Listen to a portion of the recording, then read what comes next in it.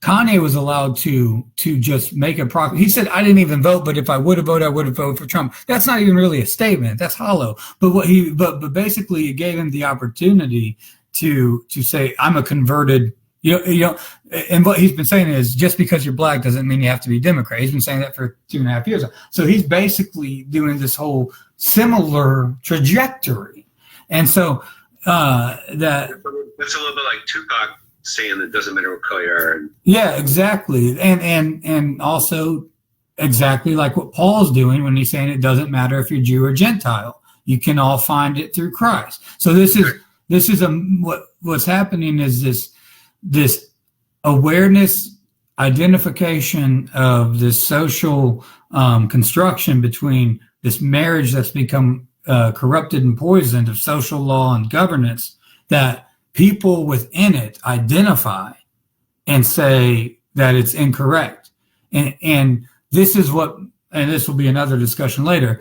The interesting part to me about that is how they identify it to be incorrect. Both of them might say through Christ and experience through Christ. So that's really the only true, with all these parallels, that's the only true fundamental common denominator. But it's definitely a parallel. But you're saying that both of them sort of took Christ's virtues as like the standard, as a legal standard. I mean, so Kanye is now speaking about America's for sale. Everyone should be buying land. We haven't been. I mean, and he's talking about wanting to change the 13th Amendment because, so he actually believes that Christ's law should be adopted as law, and that's something that me and you are discussing on the series. That's my belief of what Paul's actual acts are. Acts of the apostle are legislative acts. But in this sense, what Kanye is currently doing is trying to provide a different alternative to law for people to have a better pathway of getting out of the situations that the oppressors have placed them in, right? So Paul's doing the same thing. So, let me change it from government to just oppressive government. That's a good way to put it, yeah. Because that's really the corrupted marriage between a social justice warriors and American legislators, right? The corruption really happens at that marriage point. So we'll call that oppressed because that's that marriage. Same on the other side. Well, was Paul really trying to get out of the oppression? I believe that Paul was trying to get out of the oppression, and the reason I say that is now that doesn't mean that all of Paul's writings are the way that are interpreted the way even he intended to, or God or Christ intended to. But what it does mean is that what Paul observed was in his time. But we also have to realize.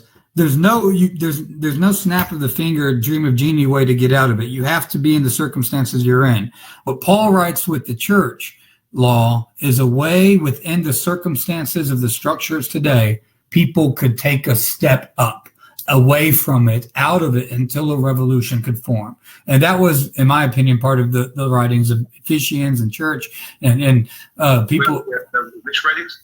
Some of Ephesians and a lot of just his writings on the laws of the church, I think have or what his structuring of the church basically is where I think a lot of Paul is basically trying to give a next level up on societal structure, and knowing that we're in a current structure, you can't go from rung 1 to rung 20.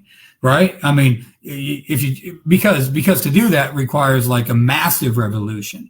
It requires this almost slow burn revolution that finally gets there. And so what Paul's giving with the church doctrine is within the structures that oppress you today.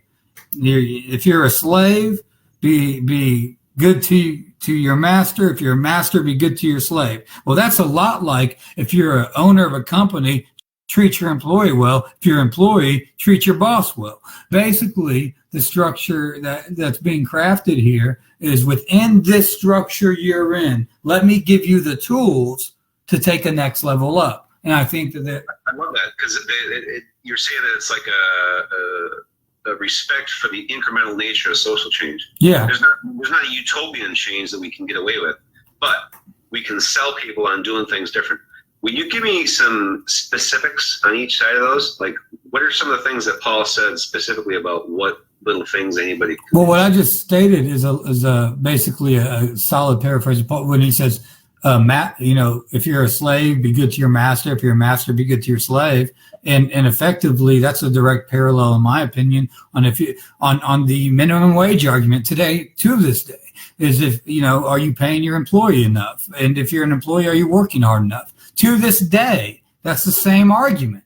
And so, to just in a different light, because in the structure of Paul, because let's not kid ourselves, just because, look, every slave owner wasn't a bad slave owner just because they were a slave owner. That was the structure they were in. And I don't mean that means they ever did anything good, but there were different scales. Just to give some comparison, St. Patrick was the first guy to say that nobody should be a slave, and that wasn't until that was 600 years later. Yeah, and effectively, what you're trying to do. And you know what? I wouldn't be surprised if lots of folks in their hip hop world see themselves as slaves, and we know that. We've heard that from some of the rappers talking. Well, this is critical because what you just touched on is critical, and it's interesting you touched on it considering your lack of knowledge on Kanye. It's great, actually. I don't mean that rudely because we talked about that beforehand, but because Kanye from the get-go started talking about how, if I talked about cocaine and guns instead of my polo t-shirts and trying to go to college, then it would be cool. And so from the start, he began dictating away from this street law that had been corrupted to sell drugs and to, all of this stuff. He starts to try in interviews to speak to that. And throughout. What do we call that? Gang culture? Yeah, I would say that's gang culture would be a good way to put it, probably. Yeah. So the mid 90s, early 2000s culture where up to 50 Cent really. And actually that's what we're about to get at right now is a friendly competition of whoever sells the least records loses for a drop on the same day between Kanye and 50 Cent on two albums. I can't remember Kanye's album now, but basically Kanye ends up dwarfing 50 Cent sales. Now, up to this time, 50 Cent was seen as the top and Kanye was kind of the second. And this is after Kanye has gone from producer to now rapper. And Kanye's production, is completely antithesis of gangster rap. It's like this new sounding rap. It's this kind of techno-ish rap, but still doing the cocaine, the girls. Oh yeah. That was the death. I mean, that's kind of unofficially. If you Google it, it'll kind of you'll find articles that call it the death of that gangster rap. And basically, here's one of the things that's going on at that time. Hold on, before you run with that. What were some of the things that Kanye was saying about? Well, and that's what I was about to hit on. So basically in the 2005 interview, no worries. Basically on 2005 interview, he goes on this interview with Sway and rejects homophobia in the rap culture.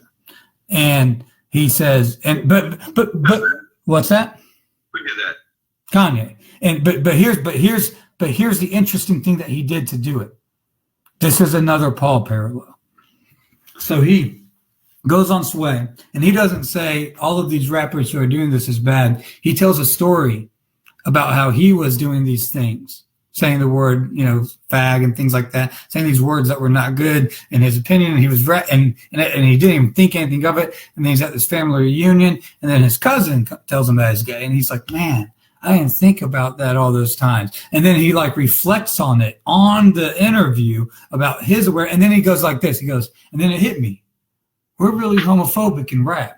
And do we really want to do our people like that? And it's and he starts doing all of these things. So this is 2 years before he goes toe to toe on the 2007 same day drop and is later to be called unofficially kind of the death of that style of rap, and basically Kanye's style of rap transcends it. That's where you have, so Kanye is kind of known as the birth of mainstream rap today for 808s and Heartbreak and all of these new sounds that entered it. 808s. So 808s is kind of, yeah, exactly. He brought 808s back and things like that into the music, and basically guys like Drake and the mainstream guys today, Kendrick Lamar, Pusha, like these people kind of credit or have credited in the past Kanye's influence to their, ascension. And Kanye's style was speaking to, like, one of his first hits was Man, I'm so self-conscious. It was self-conscious. And always walk around with at least 2 of my watches. So it's like he's talking about his self-consciousness and overcoming that from his first album. And that's a critical parallel to Paul, because what Paul's talking about throughout his walk and his dictating to these times he's on trial, he's dictating, I'm the worst of all of you. I mean, I was killing Stephen. I was stoning him, and through Christ, shit got better.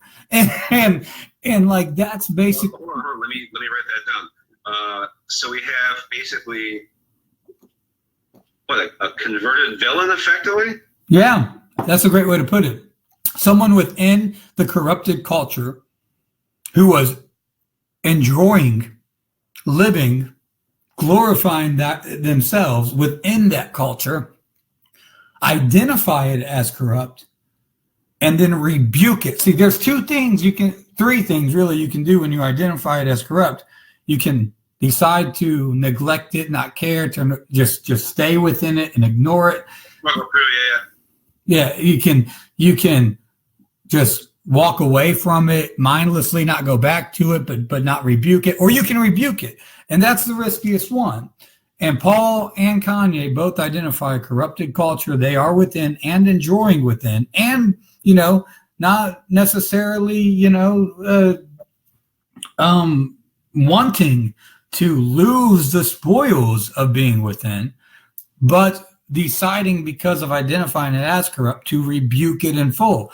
And again, that's why when he dropped Jesus is King this week, after this, and I got a chance to listen to it after this theory that I posed over almost 2 years ago now, it was kind of daunting to a sense, because it's Jesus is King, in a sense, is like the first layer of what seems to be Kanye wanting to map out a similar kind of social law that you can follow, that Paul is crafting with the church. Right. So hold on. When you talk about like mapping it out, if we say Jesus is King is Kanye's publication, maybe Romans, then it'd have to be Romans or Corinthians, right? Yeah, one of those 2. Yeah, I would probably call it Romans. I would imagine that Corinthians will be a larger. See, this is a 38-minute set, about 10. I think that he's going to release something larger that'll be a little bit more entrenched within that social law structure he's creating with Jesus is King. Well, with Romans, the book Romans is where Paul basically, and maybe we should throw Acts in there too. Yeah, both of those. Yeah, he basically goes and explains how the Hebrews should lay off of the Gentiles. And how the old law, the retributive law, the vengeful law isn't appropriate anymore. But were you about to predict that Kanye is going to come out with something that matches Corinthians? Because in Corinthians, that's really about the reconciliation between the Gentiles. No, that's speaking to the Corinthian church.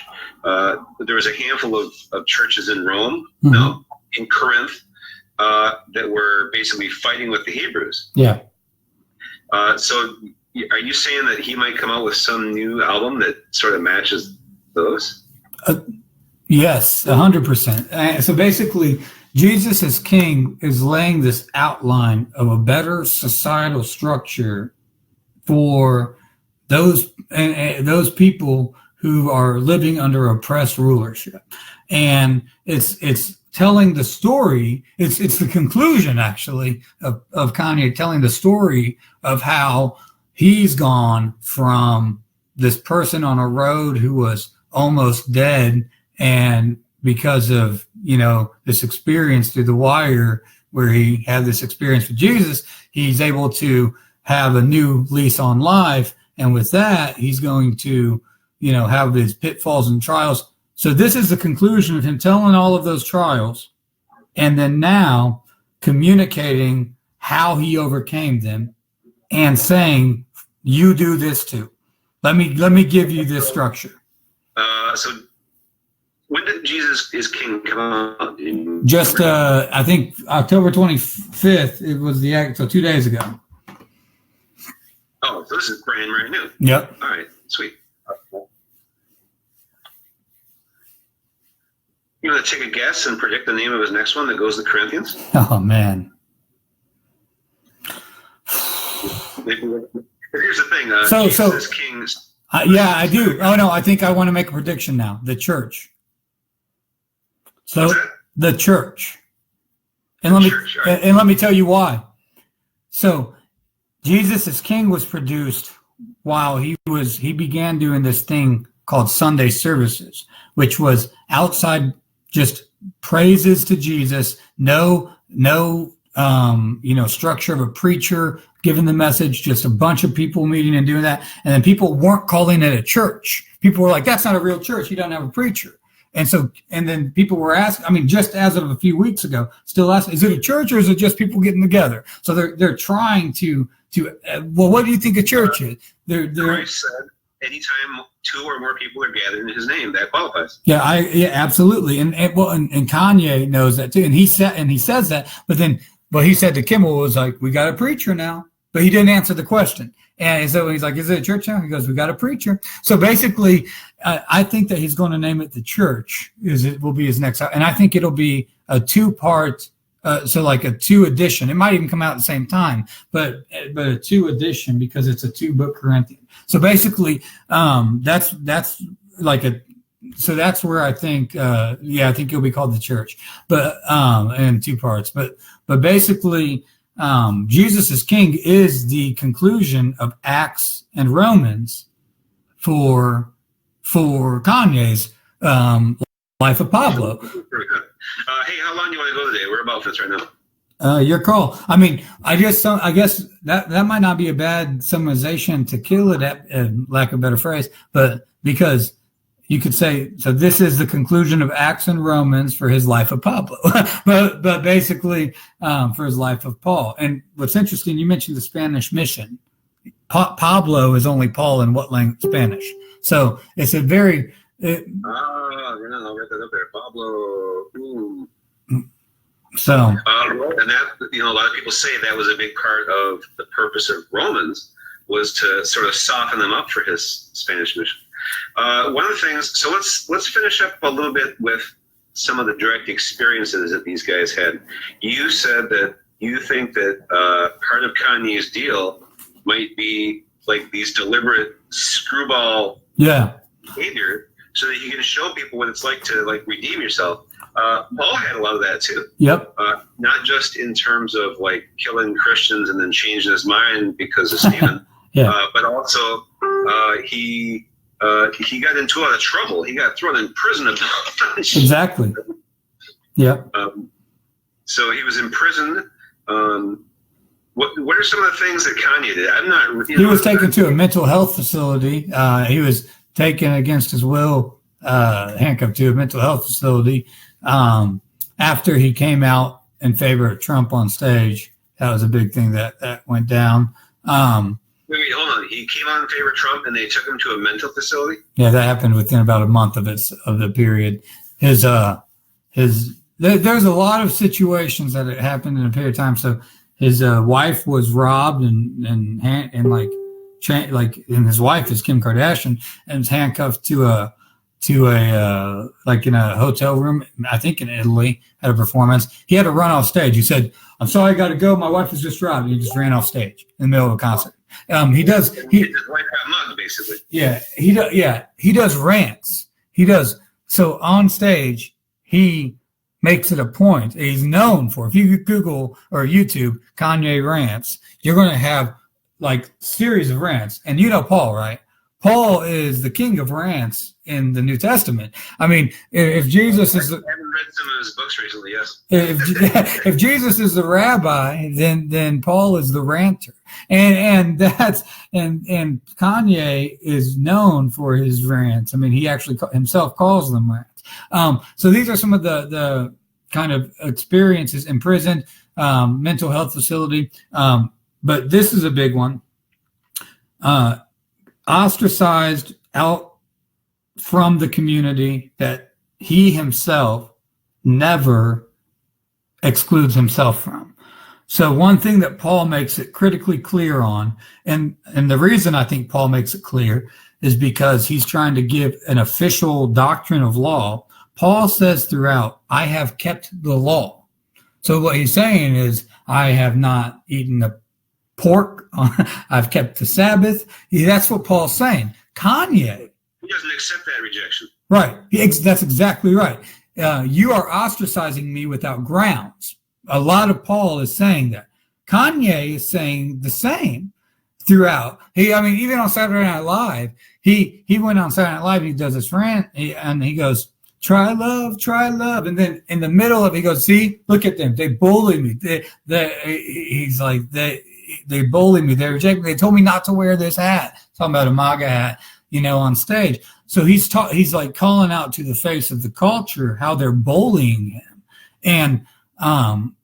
So that's two critical parts. So they're saying, I'm keeping the law. I am part of this culture. I'm on SNL. Yeah, I'm on TMZ. Yeah, I'm going to call TMZ to do this. Yeah, I'm going to drop my album on Kimmel. I'm not leaving the culture. I'm going to go to the culture's doorstep and dictate this law. If you're on Jimmy Kimmel, you're part of the major culture. Right. So I'm not going to be kicked. You're not going to be able to kick me out. I'm going to be on the doorstep dictating it. That's exactly what Paul does throughout his. Oh, you know what? I got a finishing line. Here to stay. Yeah. That might kind of reflect back up on the ego to say, hey, man, no, I matter. I'm not going to go away just because I'm annoying to you. And guess what? I actually have a better suggestion of law than what you are dictating. So I'm here to stay, and I'm also not shutting up.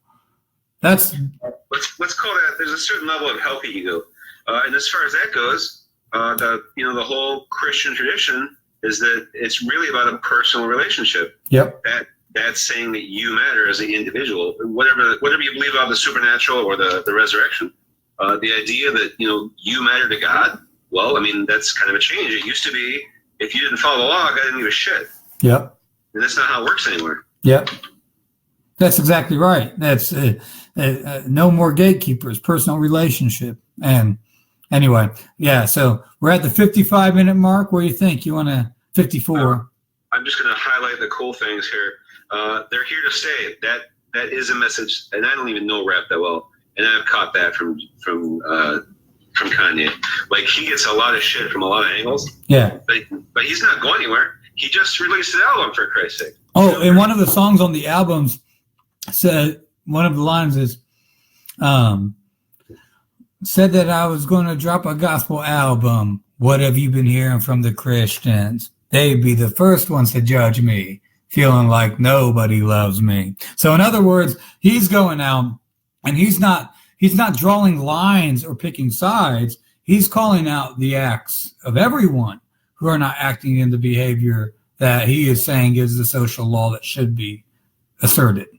So it's a very, very interesting parallel. And I don't think that we're at the end of it either. Well, you just said, yeah. I pushed you to it. You predicted that he's going to keep going on the same parallel. Yeah. And based on what you're describing, I think you're probably right. That's a pretty strong parallel not to go with that. All right. So was there any other last points you want to make? No, I think we did a good job. We might circle back during our Paul series, but no, I think we did a good job. You catch the bulk of the things you want to talk about? Yeah. I'd say that I could do a whole other discussion on the intentional mistakes and big apologies, but if I got into that now, we'd have to go 30 minutes because of the context. And for what it's worth, I'm counting 8 distinct parallels that we kept track of. Very cool. That's awesome. Well, all right, and that's all. That's a kind of a cool review of Kanye's recent release, Crisis King. Yep. Amen. Well, as the life of Paul. So anyway, but no, right on. We'll do another one here soon. I appreciate it. We had some fun, more people viewing and stuff. Cool. We'll cut it. And I'll play around and follow up with the comments for a while because I didn't do any of that. I was just trying to keep track because this is your theory, man. I don't know crap about rap. I mean, I know a little bit, right? I'm from Michigan. I know about some of these guys, but yeah, I'm certainly no expert. Yeah. Well, thank you for the education. That's great. For sure. All right. Good to see you guys. See you all next time. Thank you. Take care, Mac. Yep. Thanks, everyone.